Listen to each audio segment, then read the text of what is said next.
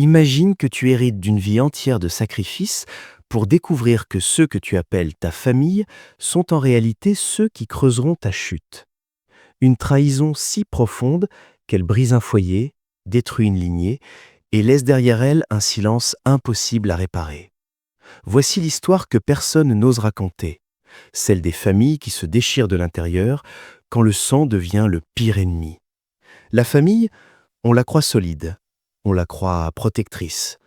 On grandit avec l'idée qu'elle représente un refuge, un espace où l'on ne peut pas être blessé volontairement. Mais parfois, la plus grande menace ne vient pas de l'extérieur, elle vient de l'intérieur du foyer. L'histoire commence avec Elise Silverwood, une femme discrète, généreuse, presque trop gentille pour son propre bien. Quand sa mère décède, Elise hérite d'une grande partie du patrimoine familial. Une maison ancienne, quelques économies, et surtout l'espoir de continuer à faire vivre l'histoire des Silverwood. Mais à partir de ce jour, le vernis familial commence à se fissurer. Au début, tout semble étrange, mais pas inquiétant.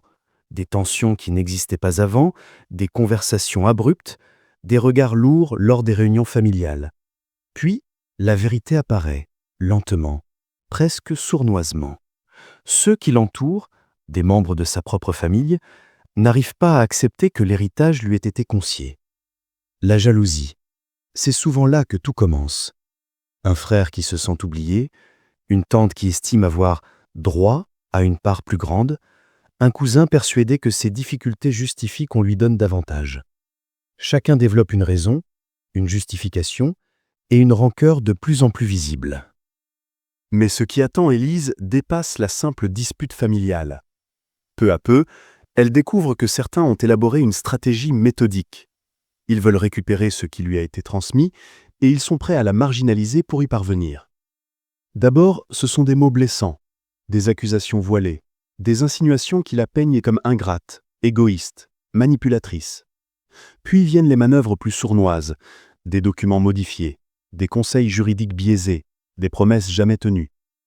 Et Élise, au milieu de tout ça, essaie de comprendre comment un héritage peut transformer des proches en inconnus. Comment une famille peut se déchirer pour un nom, une maison, un compte bancaire. Mais la trahison atteint son sommet lorsqu'elle découvre, au détour d'une conversation, qu'un plan a été mis en place pour la pousser à perdre ses droits. Pression psychologique, isolement, mensonges partagés entre membres de la famille. Le but est clair, la pousser à renoncer, à abandonner, à céder ce qui lui revient.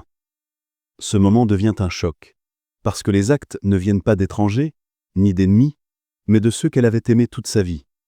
Et après la rupture, vient la douleur. Élise perd confiance. Elle remet en question ses souvenirs, sa valeur, sa place dans la famille.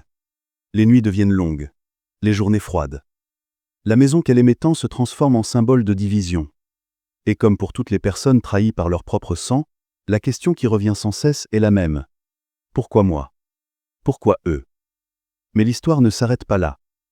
Parce qu'au milieu de cette tempête, Élise comprend quelque chose. S'accrocher à une famille toxique ne reconstruit rien. Alors, elle change de stratégie. Elle cherche de l'aide. Elle consulte des spécialistes, fait appel à des juristes, et surtout, elle accepte que protéger son héritage, c'est aussi se protéger elle-même. Peu à peu, elle reconstruit ses limites. Redéfinit ce que « famille » veut vraiment dire. Elle réalise que le lien du sang n'est pas toujours un lien de loyauté, qu'une famille peut être choisie, qu'on peut tisser de nouveaux repères, de nouvelles relations, plus saines, plus vraies. Élise finit par gagner sa bataille, pas seulement celle de l'héritage, mais celle de son propre respect. Et son histoire révèle une réalité souvent tue. Les trahisons familiales laissent des traces profondes. Elles brisent la confiance, laissent un vide, mais elles peuvent aussi ouvrir la voie à une nouvelle forme de liberté. Une liberté où l'on comprend enfin que le véritable soutien ne se trouve pas toujours dans la famille que l'on a reçue, mais parfois dans celle que l'on se construit.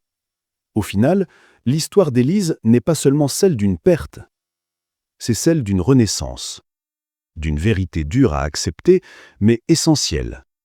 Parfois, s'éloigner de certains liens, c'est se rapprocher de soi-même.